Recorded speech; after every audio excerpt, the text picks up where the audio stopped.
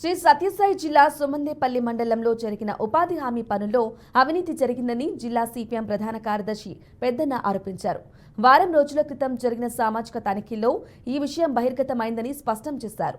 స్థానిక ఎంపీడీఓ కార్యాలయం ముందు సిపిఎం పార్టీ కార్యకర్తలతో నిరసన వ్యక్తం చేశారు. ఈ మేరకు ఏపీఓకు వినతి పత్రం అందజేశారు.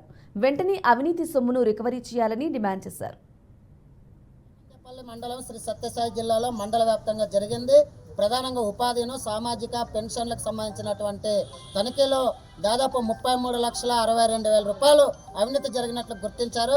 అదేవిధంగా సామాజిక పెన్షన్లలో కూడా 2,52,000 రూపాయలు అనర్హులు తీసుకున్నట్లుగా గుర్తించారు. సామాజిక తనిఖీ బృందం ఏదైతే వారి యొక్క నిర్దిష్టంగా లక్ష్యాన్ని నెరవేర్చినారో దాన్ని ఇక్కడ ఉన్నటువంటి అధికారులు చర్యలు తీసుకునే ప్రకారంగా రికవరీ చేయాల్సినటువంటి అవసరం ఉంది. ఇప్పటికే వారం రోజులు అయితే రికవరీ చేయలేదు.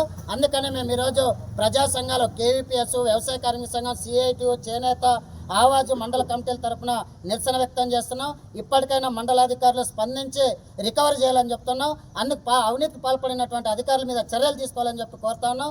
లేని పక్షంలో చర్యలు తీసుకోకపోతే రాబోయేటువంటి కాలంలో జిల్లా కలెక్టర్ దృష్టికి కూడా దీన్ని తీసిపోయి మేము దీని మీద రికవరీ మీద చర్యలు తీసుకునేంత వరకు కూడా మాకు ప్రజా సంఘాలు పోరాడతాయని చెప్పి